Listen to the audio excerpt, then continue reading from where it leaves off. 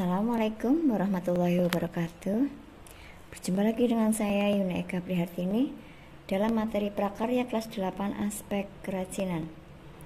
Materi pada pembahasan kali ini yaitu tentang wilayah atau daerah yang banyak didapati limbah keras organik dan limbah keras anorganik. Yang pertama, daerah pesisir pantai atau laut dengan limbahnya. Perairan Indonesia sangat luas dengan aneka satwa penghuninya. Beraneka jenis kerang yang hidup di dalamnya dan beraneka ragam pula bentuknya.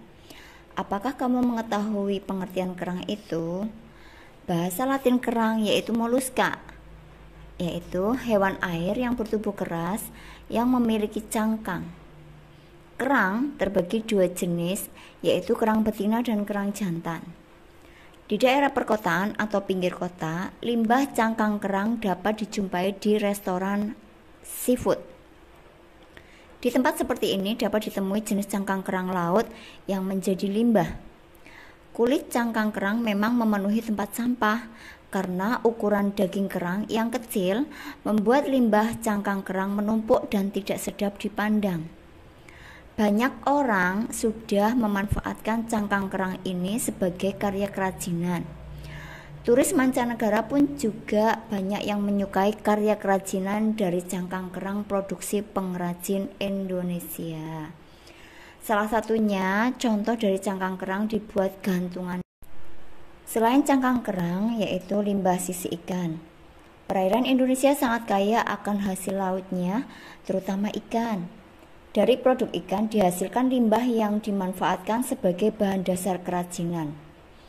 Limbah ikan berupa sisik dan tulang ikan. Di daerah pesisir pantai banyak nelayan yang menjual ikan dan mengolahnya di tempat pelelangan ikan.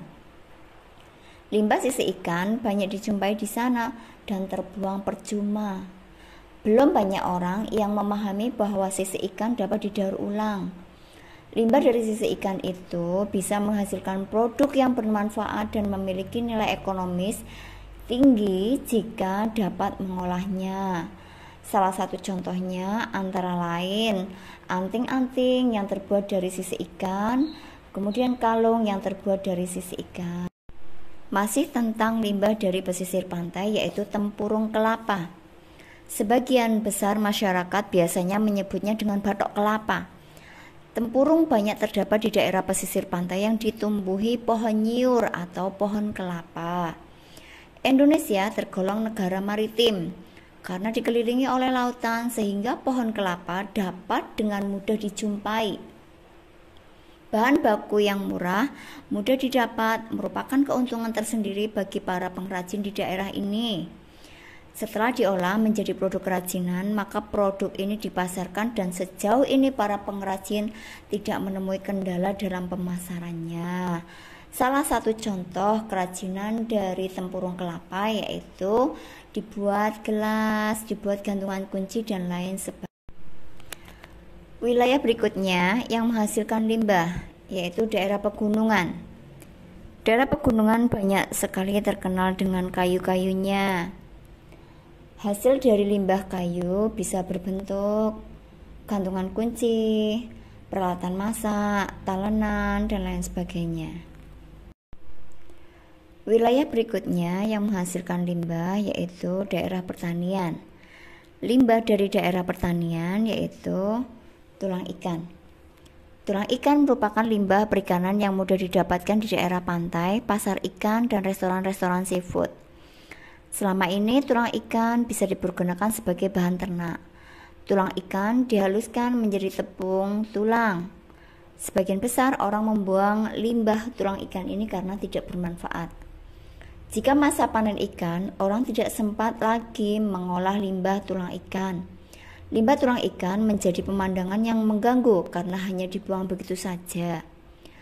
Sebetulnya tulang ikan ini bisa digunakan untuk kerajinan dengan berbagai bentuk yang sangat menarik. Salah satunya replika kecil. Selain limbah tulang ikan, ada juga limbah tulang sapi. Tulang sapi banyak didapatkan di daerah pemotongan sapi. Banyak tulang-tulang sapi berserakan dan tidak dimanfaatkan. Sebetulnya tulang sapi itu bisa digunakan untuk membuat kerajinan. Kita bisa menggunakan alat gerinda karena tulang sapi itu bentuknya besar-besar dan kita harus memotongnya dengan gerinda agar mendapatkan ukuran yang kecil. Contoh dari kerajinan tulang sapi bisa berbentuk gantungan kunci. Wilayah berikutnya yang menghasilkan limbah yaitu daerah perkotaan. Limbah keras anorganik yang dapat didaur ulang yaitu plastik, pecahan keramik, pecahan kaca, dan potongan logam. Limbah-limbah keras anorganik dapat dipilah-pilah sesuai kebutuhan. Jika dinilai tidak layak pakai, limbah keras dapat dimusnahkan dengan cara peleburan dan pembakaran. Limbah yang masih layak pakai dapat dimanfaatkan kembali menjadi karya kerajinan. Jika limbah sudah beralih manfaat menjadi barang kerajinan, secara nilai ekonomi, nilainya pun juga akan meningkat.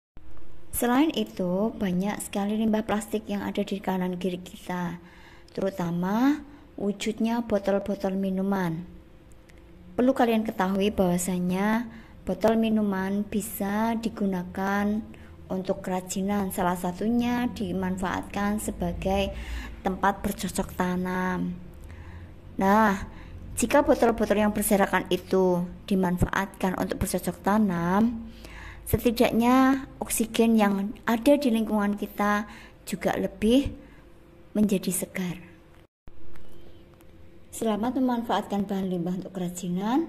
Selamatkan bumi dari limbah yang berserakan dengan mengubah limbah menjadi barang yang multi manfaat dan bernilai ekonomis, sehingga kehidupan kita menjadi lebih baik.